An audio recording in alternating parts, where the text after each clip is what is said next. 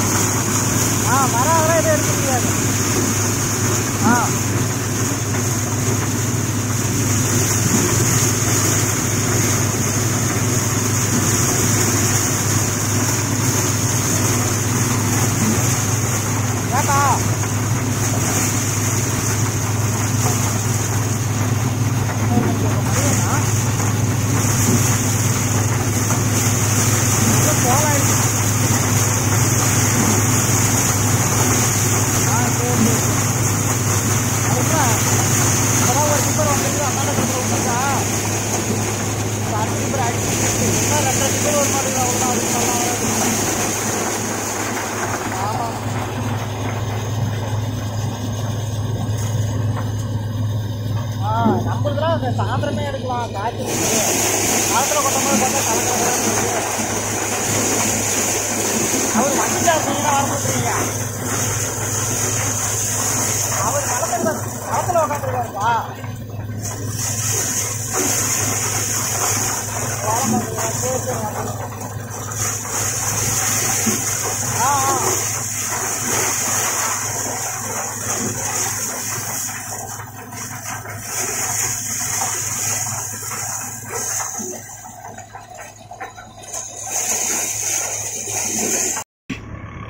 சோளத்தடியே வந்துக்கிட்டு இருக்குது.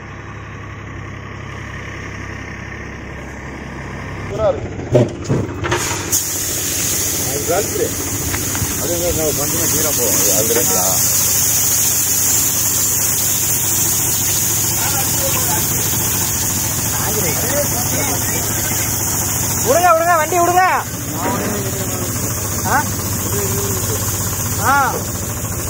முடிச்சுதுப்பா.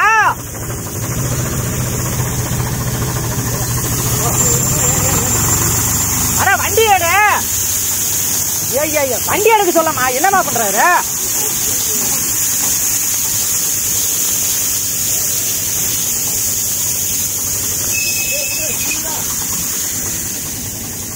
தூக்கி விடுங்க, தூக்கி விடுங்க. வர சொல்ல, அப்படியே வளைச்சு வர சொல்ல.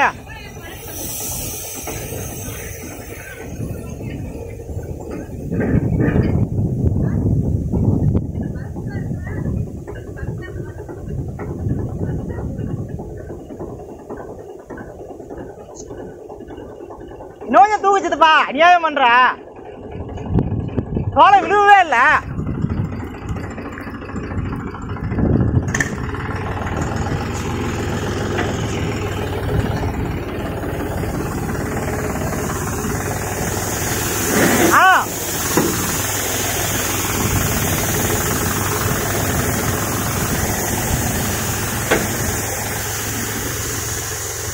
தூக்கி விடுங்க.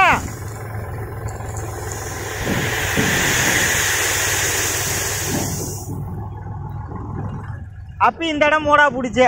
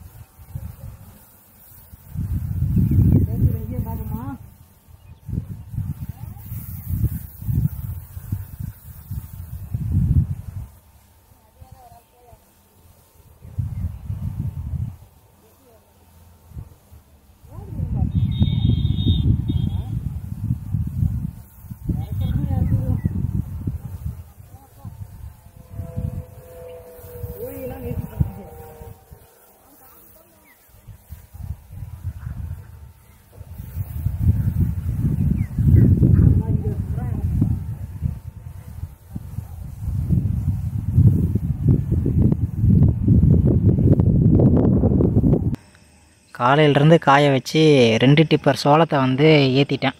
ஓகேங்களா, 5 பாயிண்டில் 2 டிப்பர் சோளம் போயிடுச்சு. என்ன ஆயிடுச்சுன்னா, பேசும்போதே வந்து 15 பாயிண்ட் வரது ஒன்றும் 17 பாயிண்ட் ஒன்றும் இருக்குது. எடுத்தால் 2 ஒட்டுக்காக தான் எடுக்கணும் அப்படின்னு தான் சொல்லியிருந்தேன். என்னென்னா கடைசியில் 5 பாயிண்ட் இருந்ததை எடுத்து முடிச்சுட்டு அந்த 17 பாயிண்ட் இருந்ததுக்கு எடுக்க வரப்போ பனி ரொம்ப இறங்கி போய் 19.5 பாயிண்ட் வந்துருச்சு. சுத்தமாக எடுக்கவே முடியாது அப்படின்னு சொல்லிட்டாங்க.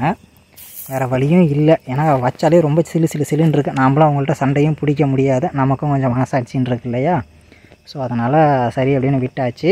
இன்னும் ஒரு 2 டிப்பர் சோளம், 1.5 டிப்பர் சோளம் எடுத்தாச்சு. 2 டிப்பர் சோளம் இன்னும் இருக்குது பாருங்க, இங்கே தான் இருக்குது. வண்டி இங்கே நிறுத்தி வச்சுருக்கிறேன். நைட்டு காவல் நாம் தான். இதில் என்னென்னா வேப்ரிட்ஜ் வேறு போட்டுட்டு வந்துட்டேன்னா வண்டியை வெளியே அனுப்ப முடியாது. அமிச்சா மறுபடியும் இன்னொரு வேப்ரிட்ஜ் வேறு போடணும். அதுக்கு வீணாக செலவு பண்ணுறதுக்கு எதுக்குடா அப்படின்னு சொல்லி லாரி அப்படியே பாய் போட்டு இங்கேயே நிறுத்திட்டு நீ கிளம்பு, நான் லாரியில் படுத்துக்கிறேன் அப்படின்ட்டேன். ஸோ இதுக்கு மேலே லாரியை நம்ம கண்ட்ரோலில் எடுத்துக்க வேண்டியதான். இதுக்கு மேலே லாரிக்குள்ளே போய் படுத்துக்கிட்டு நம்ம வாட்டில் என்ன நடக்குது அப்படிங்கிறத பார்க்கலாம். வேறு வழி இல்லை. இன்றைக்கி மாதிரி ஒரு மோசமான நாளை என் வாழ்க்கையில் இது வரைக்கும் நான் பார்த்ததே கிடையாது. அவ்வளோ மோசமான நாளாக போயிடுச்சு இன்றைக்கி எனக்கு. அவங்களோட லோடுமேனோட சண்டை, ஏகப்பட்ட பிரச்சனைகள் இன்றைக்கி இந்த சோளத்தை காய வைக்கிறதுக்குள்ளே. என்னென்னா வழக்கமாக அடிக்கிறவங்கள விட்டுட்டு வேலை புதுசாக ஒரு ஆள், அவங்க வண்டி சர்வீஸில் இருக்குங்கிறதுனால வேறு ஒரு ஆளை விட்டு சோளம் அடிக்க விட்டுருந்தோம். ஸோ அடிக்கும் போது ஆள் அதிகமாக இல்லை அப்படின்ட்டாங்க. என்னென்னா இப்போ தான் வந்து செட்டு ஓப்பன் ஆகுது, அதனால் ஆள் இல்லை கண்ணு பெருசாக அப்படின்னாங்க. அதனால் வெறும் ஒரு 5 பேர் மட்டும் வீடியோ முன்னாடி பார்த்தீங்கன்னா தெரியும், அதில் 5 பேர் மட்டும் அள்ளி கொட்டி வண்டியில் அடிப்பாங்க. ஸோ அது தளவு வந்து சேர்றதுக்கே வந்து பார்த்திங்கன்னா 12 மணிக்கு பக்கமாக ஆகிடுச்சு. ஃபஸ்ட்டு வந்த அந்த 2 டிப்பர் இருக்கு இல்லையா, அதை வந்து காய வச்சுட்டேன்.